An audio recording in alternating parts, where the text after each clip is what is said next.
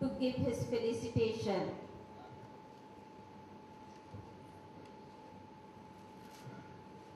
In spite of the nature trying to play a spoil sport for this seminar for last 2 days, in spite of that, so many of you have turned up for this.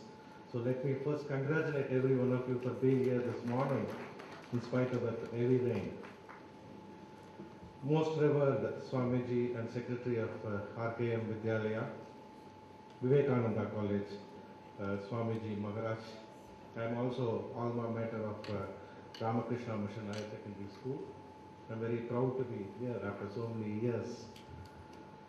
I am the president of this wonderful seminar, Dr. N. Rajendran, Chief Guest Dr. Vijayan, all other dignitaries on the dais, since they have been addressed many times since the morning. So may I request you to presume that I addressed each one individually in the dais. And also all the learned teachers and professors from different colleges, and the students also, I see some of them, and my Rotary friends also here. Wish you all a very good morning, and hope you will enjoy this proceedings.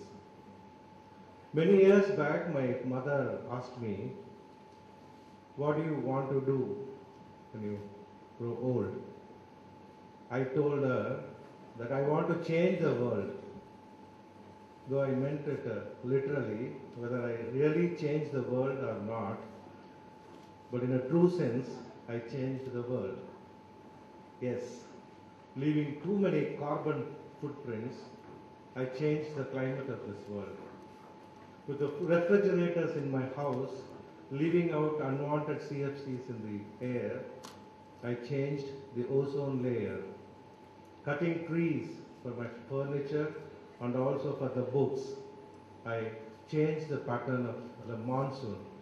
So every one of us, knowingly or unknowingly or consciously or unconsciously, we are tinkering the nature. The economists, the socialists, the socialists, or the environmentalist economists, all of them say the trouble started when the Industrial Revolution started in the world in the 19th, 18th century and 19th century. That was the root cause of all that. In a very simple terms, they say that the greatest invention by man is a wheel. The wheel paved the way for manufacturing of so many things and led to an industrial revolution. And how to keep that wheel moving, that's where man found all these fossil fuels, starting from coal or oil or natural gases.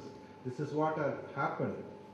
But to me, I would say the day man changed from animal life to a man, started using his sixth sense, that day onwards, he started playing with the nature, started spoiling the natures. The demographers, the people who study on population, they say that not only this, there is another reason. Remember, till 1850, the world population was just 1 billion. Just 1 billion, 100 crores. But today, my dear friends, it has gone into an unimaginable level. In the last 150 years that we grew by close to 6 billion. They say when we reach 2050, 40 years from now, the world population will be 9 billion. That means in just 200 years, we have multiplied 8 times. Remember, or imagine the same hall can have a capacity of 200 people. We all sit comfortably. What would happen if more and more and more people come in and get this place crowded? That is what exactly happening in our Mother Earth. As earlier said very correctly by Dr. Sukumar, we are not just objects of nature. We are also subjects in nature in making or breaking the system. It was almost 22 years since James Ozen. I was around 18 or 20 years at the time. That was the time this phrase was very common. They called it as a greenhouse effect or the global warming. We all used to discuss about all that. The people used to talk about that. That's going to affect the world. There are some people who used to say that no, it is all only theory. It may not happen. the biggest threat or challenge for this, this entire movement is only from the people, who are against it, or will say the climate change deniers. They are the people who say, no, nothing is going to happen. Like that, we wasted close to 20 years. Much of water has flown under the bridge since then.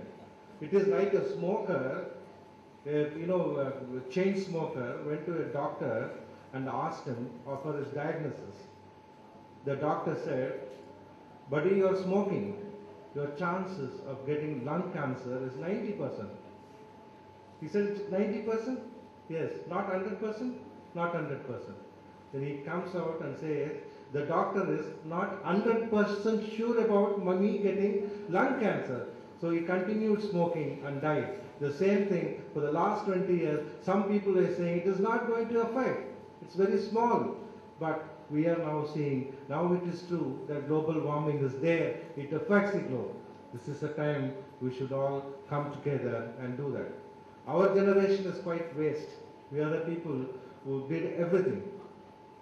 But I'm very happy that the generation next, or generation Y, is simply amazing.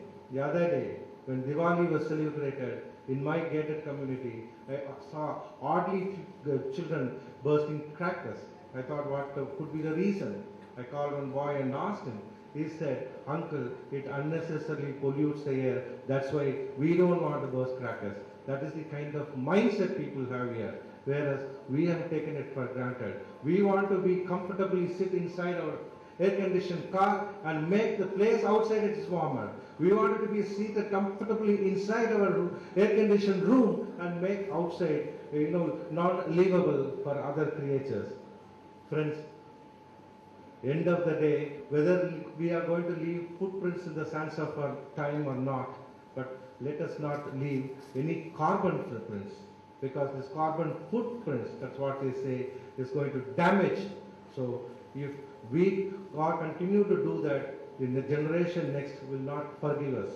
Therefore, these kind of seminars, I'm very, very happy and glad to be part of this, because Rotary International is the oldest service organization in this world, has committed to the welfare of the humanity. One of our global programs is the eradication of polio, taken by a non-governmental organization, and we are in the verge of eradicating polio. If we do that, that would be the second disease to be eradicated completely from the face of the earth after smallpox. Rotary has spent more than 20,000 crores on this program.